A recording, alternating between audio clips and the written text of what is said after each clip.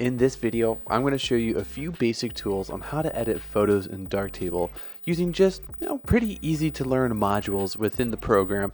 And I love using Darktable. It's free, it's open source, it just speaks to my heart. So let's just get started.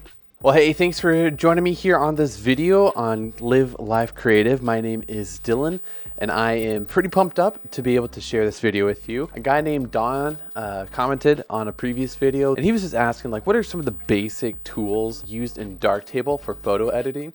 So I want to go through a couple of those basic tools. We're going to build 3 levels of them, so basic level 1, 2, and 3. Now, when you first open Darktable, you'll be greeted by what's called the light table view. And I've got a video up here on importing photos into Darktable. And so once you've got the photo imported, you can double click on it, and now you're in the darkroom view, the darkroom tab in Darktable. So here I've got what I'm calling basic level 1 editing modules here. And when you import a photo into Darktable, it automatically turns on exposure. And at least for me, it adds half a stop of exposure value, which is just more light. And it's got to have some kind of white balance, because if you have no white balance, it's just green. The white balance module just brings it at least somewhat normal using the camera's white balance. So this is actually where I want to start, is with exposure. And so this is where you just set your base exposure, where you're kind of going to work with all of your other exposure adjustments in different parts of the image on. So here, the way it's shot already is already pretty decent. You can look at the histogram here at the top, and your darker pixels are towards the left and your lighter pixels are towards the right, and you can see nothing's getting clipped off either end. It looks pretty good, basically. I'm gonna bring it up somewhat. I think I just like a brighter look overall with this photo. And really, it's the exposure slider that is pretty much the only thing you need to worry about at this point of basic level controls. These other sliders do things. I don't mess with the clipping threshold at all. Sometimes I adjust the black level correction, but I really don't do that too much. This is good for the exposure. White balance, I am pretty happy with it overall. I think it looks a little bit green, and you can see the color green here on the tint slider. So I'm gonna actually right click on the arrow, and you see all of these curved parallel lines. And this just lets you do very small adjustments on the numbers up here. I mean, you can get all the way over here if you want, but what I'm really interested in is when you right click and then type in a number, a smaller number than 0.984. Let's go with 0.975. And with tints, you don't want to make huge adjustments, because that starts to look pretty bad. The thing with white balance is you want to bring it to kind of a neutral color. So you don't want it to be you don't want to use white balance to make it super warm or super cool looking. There's other tools that you should use for that. White balance is a correction tool rather than an artistic tool. I mean, you can use any of these tools to be artistic, but I would recommend not using white balance that way. So let's just see 5500. That looks pretty good. What you can do is use this eyedropper tool. If you scroll on the scroll wheel on your mouse to zoom in, and then grab this, click on that, and you can draw a box. So you would want to draw a box on something that's color neutral, like white in this case. Whoo boy, 12,000, that ain't gonna be right. You could also do it on a gray piece of clothing. Oops, excuse me. Yeah, that ain't good. I'm gonna set this manually to probably 5800. It's a little bit cool. 6500 I think was, that's what's messing me up, is when I did the eyedropper tool, it changed this a lot. Okay, that's a lot better. Let's go back to 5800, see what that looks like. Yeah, I'd say this is pretty neutral. Pretty good place to start with. So that is exposure, white balance, and now contrast, brightness, and saturation. What contrast does, when you slide the slider to the right, it takes your darker areas and makes them darker. It takes your lighter areas and makes them lighter. So it increases the contrast, which means it increases the difference between the light areas and the dark areas. So you can start to see how crazy it can get. I don't use that much contrast, considering that This is the only contrast tool I'm going to use at this point in the video. I will use more of it than I typically would because I want to get darker areas to be nice and contrasty, but it does have the effect of making the overall image feel darker even as it brings up the lighter areas. So that's where the brightness slider can come in. And obviously if you bring it down, it makes it darker. If you bring it up, it makes it lighter. So I'm going to adjust it right about there. Now saturation, you can see his skin is not looking really great. Like he's looking pretty, like there's not a lot of color there. This is a situation where I'm going to bring it up probably a good bit. Normally I don't touch the saturation slider, and I definitely usually don't use it this much. I usually only use it like 0.10 or something like that. But this photo really needs some more color brought out of it. I usually judge my colors and things based off skin tones because it's usually the most important thing in a photo of people. And obviously, if you hit this circle with the line in it, it makes that module go back to default. So just for example, you can just see what reducing the contrast does. It brings the darker areas and the lighter areas closer together. And that's what decreasing contrast looks like. And then saturation also obviously reduces the colors. So I'm going to say that's pretty good. So that is kind of like the basic level 1, the tools I would use to edit. If you can master those, that's a great place to start. If you click on this arrow, you get this whole other panel. And all I'm going to do is reset the history. So that's going to undo all of the edits I just did. And we're going to go to basic level 2. So we have our old friends, contrast, brightness, and saturation, exposure, and white balance. And I'm just going to set this back to where I had them.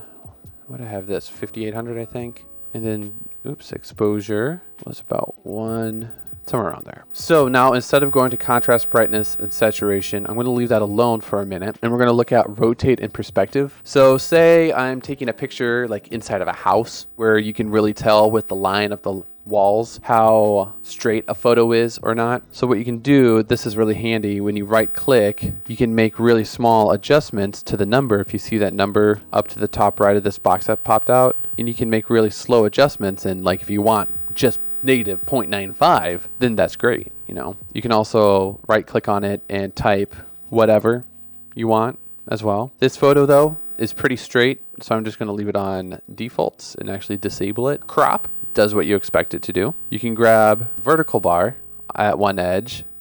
You can grab it and go like that, and it'll adjust in different ways. Or vertical bar. No, this is the horizontal bar. You can adjust like that and that.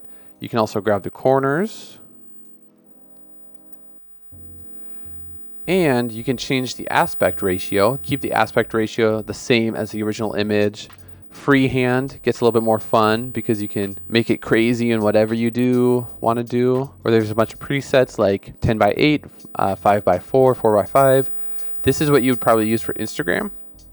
So that's the max size. You could do it in landscape mode on Instagram. Or if you wanted to do it portrait, 4 by 5 is about what you'd want. I'm going to keep this original image the same aspect ratio as the original image.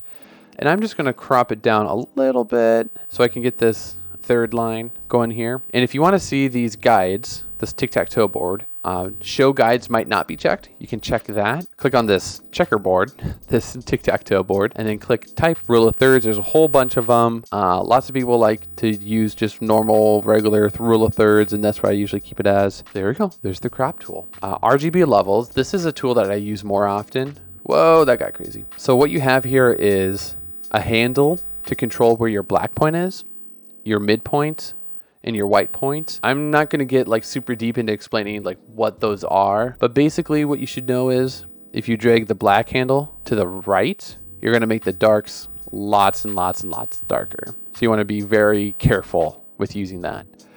Same thing with the whites. Be careful using it as you drag it inside to the left. You're going to make your lights lighter. It's not going to look as bad as fast as your black point bar will, but also be careful of that. And then your midpoint bar, this is where you can kind of set the mood of a photo a little bit. If you drag it towards the left, you can make it a lot brighter feeling, or to the right, you can make it a lot sort of like darker, moodier feeling. So what I'm going to do is just set my black so I get some nice contrast towards the bottom. And then I'm going to drag the white slider up till I get some nice bright areas.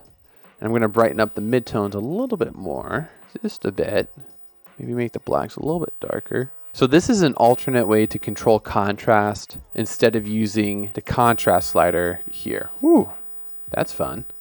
So I mean, you can still use both of them at the same time, but I would be careful of layering on too many ways of changing contrast at the same time. I try to keep edits as simple as possible. Just in case something goes wrong or looks funky, I know where to find it more easily if there's fewer modules, fewer tools affecting the image. I will increase the saturation a little bit because this is a good place to add a little bit more color back in. And now we're going to go to color zones. So if you've ever used Lightroom or have seen videos talking about Lightroom and the HSL tab, the hue, saturation, lightness, this is roughly kind of like that tab, but it's actually more flexible. You can do more things with it because you can change the colors that you're affecting. You can add more dots, like each dot is another place where you can control the color of whatever, in this case, the saturation. You can change the saturation of pinks, reds, oranges, yellows, greens. You can move this around instead of being restricted to just the sliders that Lightroom gives you. So in this case, I still think his skin tone is desaturated. So what you can do is grab this eyedropper tool, click onto his skin where you think there's a nice clear area of skin, and then this black vertical bar tells you where that skin tone is in the saturation. So what you can do is make a dot right on that bar, and then you can see the curved line will make changes all over the place and not just in the one area that you want it. So what I'll do is add dots on either side of it so it constrains and doesn't let the rest of the colors be as affected. So I'm just going to drag this up a little bit. You can see how it changes maybe the guitar even more than it changes his skin tone. You can zoom in by scrolling up on the scroll wheel. And if I kind of do this dramatically, you can see there's some harsh areas where it affects the skin tone a lot, but then there's other areas like underneath here between his brows, along the side of his face, where it's not affecting it so much. That's because some of his skin tone is over in this area and not strictly in between where these two dots are. So what you can do is expand that area so it covers more of his actual skin tone, and then bring this back down to some more reasonable level. You can turn that on and off to see the difference. That's looking pretty good. So that's how you control the saturation. You can also go through and do the same thing, creating dots, and control how bright a certain area is according to the color that it has, or the hue. You can actually change the color of somebody's skin to like green, or this actually doesn't look too bad if you make it more pinkish. But I mean, you can get crazy with it. You can make him Willy Wonka blueberry pink. I'm gonna make him a little bit more pink. So color zones, before I had talked about how the white balance is something that you'd use to make a correction, to make it more neutral. Color zones is where you can go in and make a creative choice, in my opinion. You can do what you want. So that's the basics of how to use the color zones. So there we go. There's another edit using those particular tools. And now let's go on to basics level 3. And I'm just gonna make this 5800, 0.975. Exposure was up to, let's go 1 even. Crop, I'm gonna bring back, put it right about over his eye. And then let's talk about retouch. There used to be a tool in Darktable called spot removal, and it just removes spots like this green fleck in the image. It was a nice, simple tool. I really like that tool actually, but they deprecated it, got rid of it in favor of the retouch tool. Now the retouch tool does a lot of complicated things that I'm not going to get into, but what I want to do is just show you how to use it to take lens flares, spots like that. If somebody has a bunch of dust and lint and stuff on their clothes, you could use it for that. But let's go here and we'll just select the circle. So what you do is you select what shape you want, and then when you click on the image, it creates that shape on the image. And you can see this little arrow here. So this circle, you can move both circles around, but this circle here are the source pixels from the image, and it goes down the line of the arrow and replaces the original pixels within this circle. Now there's the solid line here and this dotted line out here. That tells you the area that it's going to be feathered. So where the solid line is, it's 100% the source pixels from the original circle. And where the dotted line is, that's where the edge of where it's 0% pixels from the source area, and it's 100% pixels that were originally there in the area. So everything in between these two lines is going from 100% pixels from this circle to 100% pixels that are already there along a graduated gradient. It's called feathering. Helps you blend your replacement pixels into the replacement area more smoothly. And so that's basically all it is. When you hover over the circles, you can see up here, you get some tooltips. So if you scroll it, like if you're scrolling up, you make it bigger. If you scroll down, you make it smaller. If you hold shift, you change just the feather area. Or if you want to change the see-throughness, the opacity of the replacement pixels, hold control. And I'm going to guess probably command on the Mac for that.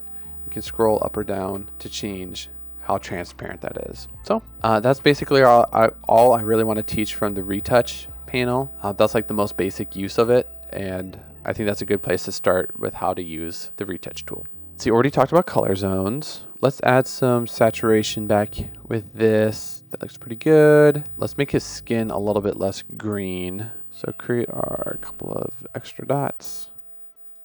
That's good. So let's get into color balance. So this is another one of those panels that's really, really complicated, but I want to ignore most of it and just come down here to this bottom section here. So you have shadows, which is also called offset, midtones, and highlights. So those are different areas of the image according to how bright those pixels are. So let's first look at the shadows. I want to put a lot more contrast into this photo. It's pretty flat as it is. So you can take the shadows and drag it to the left, and you're making them darker. And obviously you can make it way darker than it should be. That's too much, too much. You can see I'm only doing like 1.25%. Like you want edits to be pretty subtle. You don't want to go like super over the top with edits, or else like you end up with something at the end that's like, it's not as good as I thought it was gonna be.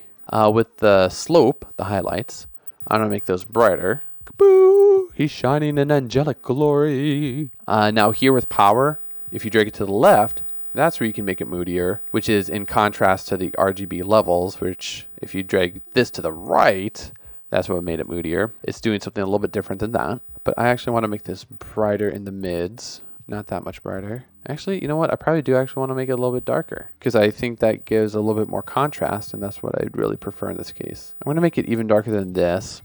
And then I'm going to adjust the baseline exposure with the exposure slider. This is where you can add color into your photo. So with color zones, you're manipulating the colors that are already present in the photo.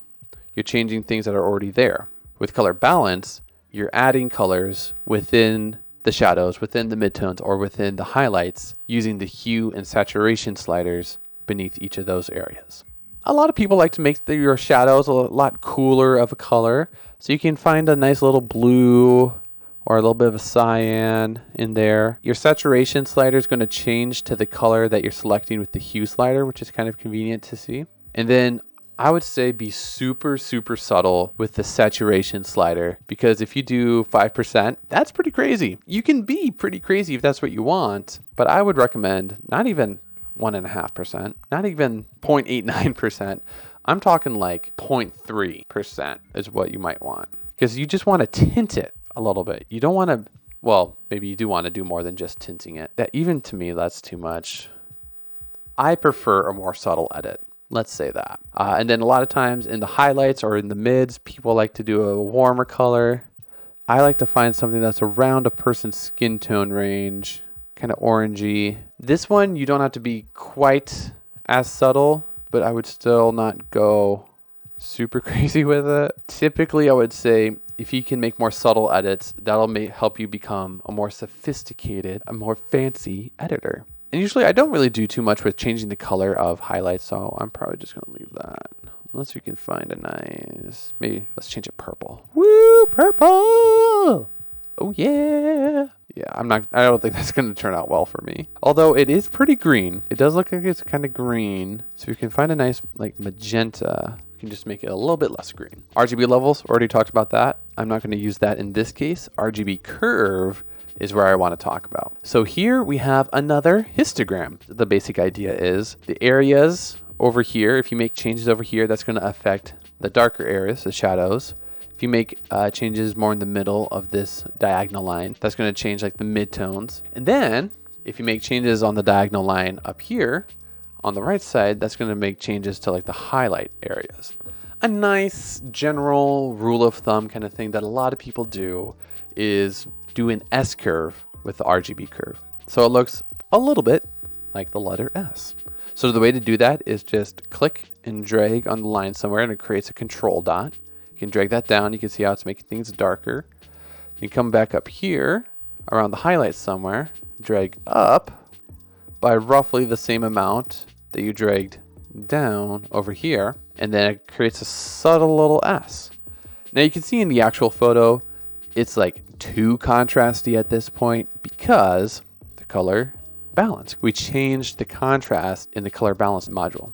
So we're gonna change that so there's no tonal changes, no contrast changes made there. Come back to the curve, make that S curve again. And you can see it, you know, it's like kind of nice and contrasty. I'm gonna drag this dot down more so it affects even darker areas of the photo more. I'm gonna do the same but opposite thing to the highs. And you can still see like it still feels pretty dark. And to me, that's the midtones that we want to change next. So you can create another dot somewhere in the middle and just kind of move it around. You know, I'm not really getting the result I want, which is why you do need more than one tool to do the job. Whoo boy, this is getting crazy. But to be honest, the main way that I use the RGB curve is just using the presets in this menu here. And I'll use either contrast medium or contrast high. So that looks pretty good. And then what I'll do is I'll adjust my exposure. If I think it feels too dark or too light, I'll make it brighter or darker. And then I might use RGB levels, make my shadows even darker, or make my midtones even brighter, something like that. I basically use a preset on the RGB curve and then other tools to make fine-tuned adjustments after that. So shadows and highlights. Let's get into this. The main thing that I use here is the shadow slider and the highlight slider. The rest of it, I don't really do a whole lot with. I do change the soften width from Gaussian to bilateral. I just like how it looks a little bit better. These sliders do basically what it seems. If you drag it to the right, it makes your shadows brighter and you can get pretty bad. Something you need to be aware of with the shadow slider when you make things brighter is you can start to get a halo around them, like not the rim light on his hair, but you can kind of see how there's halos around stuff. That's what happens when you get too crazy with the shadow slider. If you bring this down, obviously you're making your shadows darker when you go to the left. Highlights does the same thing. It takes your highlight areas. You can see around the stage lights there. Woohoo! Makes those bright. Or does the opposite, you know, and here it's really affecting his face and his shirt and his hands and stuff like, ain't good. Not good, Chief. Not good. So really, I don't think I want to do anything with either the shadows or highlights, but just be aware that that's a tool that you can use. And I do believe that is all the tools that I picked out for those basic levels. I will say it doesn't look, there's still something I'm not quite satisfied with how it looks here. So let's actually go through this. And I'm going to set the layout to my preferred tools. I think the only thing that I add is Filmic RGB, Base Curve, and Color Balance RGB are the only tools on here that I haven't showed you. So let's bring this back. This was 0.975. This was 0.112 maybe. Okay, so first thing that I would do using the tools I typically use, RGB curve, get some nice hard contrast in there. Whew, this skin is still super green. So let's see, 0.97. I think that will be a job for some of the color tools. That's too much. There we go, it's pretty good. Do some more contrast with RGB levels. Not too dark, but I do like it pretty dark. Okay, that's pretty all right. Let's go over to color zones and we'll add some saturation with this.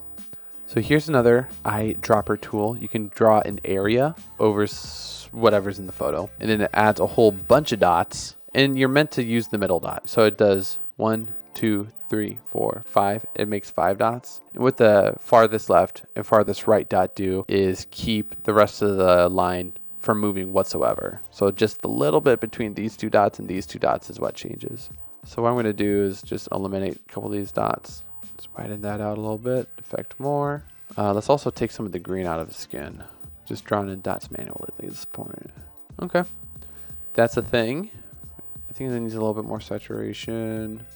And honestly, right about here is probably where I would stop. I think this dot is pretty distracting, so I will take that back out like we did before. If you click and drag, you can actually do that, which makes it go faster. I'll do that again. So click on the circle. You can click and hold before it activates that circle.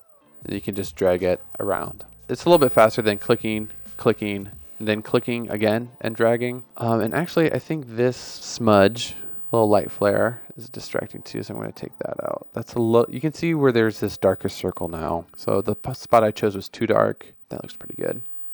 Yeah, really, I would say this picture is just about perfect. I might add a little bit more. Ooh, too much orange. Let's back that down to like a 2. So it just makes a really small difference. You can see I'm using really small numbers here. I'm not trying to change the world with this. I'm just trying to add a little bit more color contrast to go with the tonal contrast. Let's make this 3. This orange is a little bit too yellow. Let's go back down to 2 now. Yeah, I mean, at this point, you can continue tweaking forever, basically, but that's pretty much the point at where I would probably stop with this. Of course, I forgot to crop it. But yeah, those are my basic tools. So Don, thank you for suggesting this topic. I hope that's been helpful for you, Don, specifically, as well as anybody who's looking just to see what the basic editing tools for Darktable are. I've got other videos on Darktable, including like how to import photos, export photos, a really basic workflow from starting with images on your card, putting them onto your computer, getting them into Darktable, all that kind of stuff, getting them out of Darktable. So you can check those out. I hope this video has been helpful for you. Oh yeah, like and subscribe. I almost forgot about that part. If this video has been helpful for you, please like and subscribe as I do more videos about Darktable and photography and video, I guess, in general. I'm Dylan with Live Life Creative, and I don't know, go make something today, I guess.